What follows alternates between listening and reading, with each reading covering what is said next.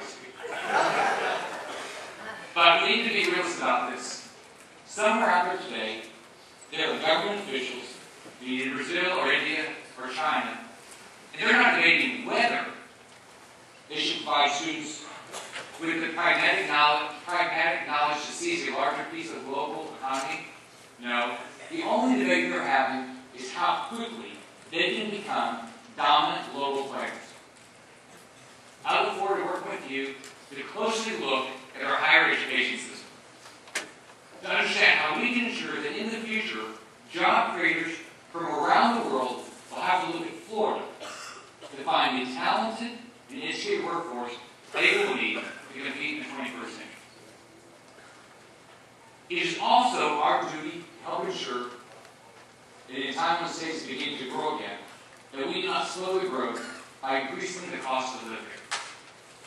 We can do this by building a cleaner, more effective government, continuing to responsibly manage and reform our pension system, and cracking down on fraud and abuse, the fraud and abuse that some people have brought to our auto insurance system. Last year, with your help, we re-engineered the pension plan for Florida state workers so that the individuals who will share in its rewards also share in its funding.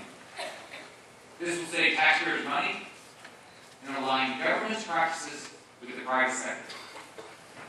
But despite a year of great returns, our pension plan remains billions of dollars underfunded.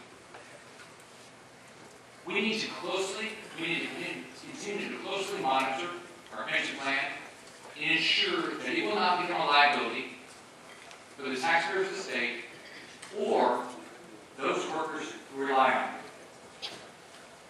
This year, we must also reform our auto insurance to crack down on the fraud and abuse that has run rampant. It is estimated to cost Floridians $900 million. If we don't act, the Office of Insurance Regulation predicts that the cost for consumers will continue to spiral out of control. Our best estimates will show it will show a 30% increase in pure premium costs year after year.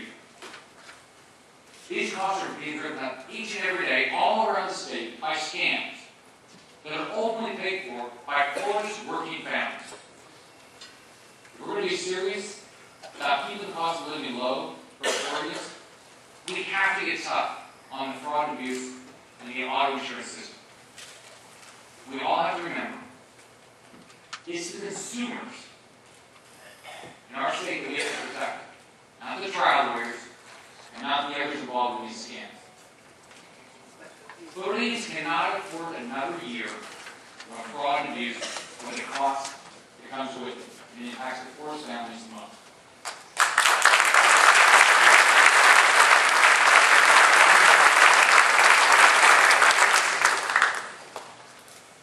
Let me pause to say that after a year in office, I more than ever appreciate the sacrifice and dedication of all of our law enforcement officers in Florida. And as you know, sometimes that sacrifice is ugly. This year, I had the sad and humbling experience of attending all 10 funerals for our brave law enforcement officers who were killed in the line of duty. At this time, I'd like to recognize Penny Mecklenburg. Penny is a 10th grade biology teacher, and she's an incredibly strong woman, whose husband was one of these brave officers. Deputy John Mecklenburg of the Fernando County Sheriff's Office tragically died in a high-speed chase in July. Penny's loving wife and mother of their children, Andy, who's 5, and Jessica, who's 2, joins us here today. Penny, we're extremely grateful to you and John for his service and sacrifice for our great state.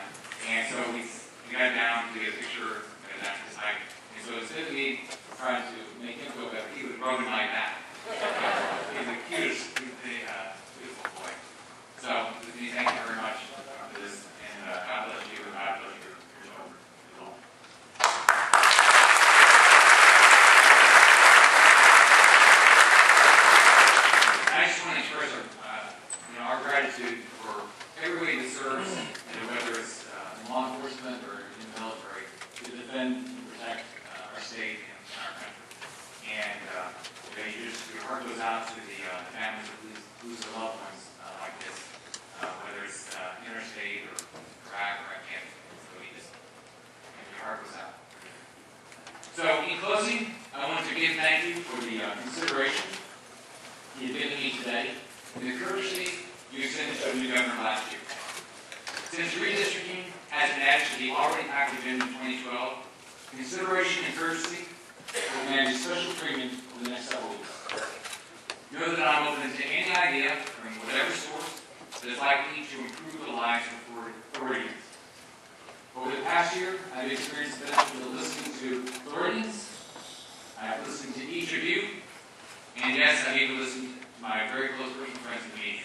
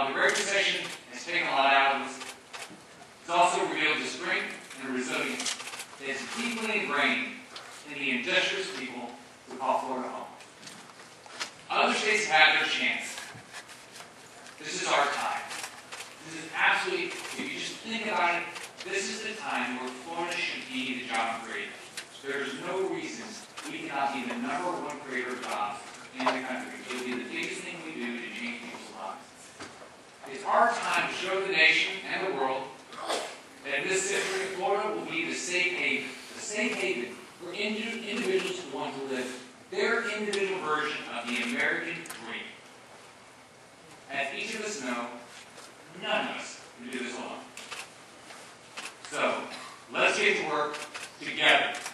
God bless you. God bless the great state of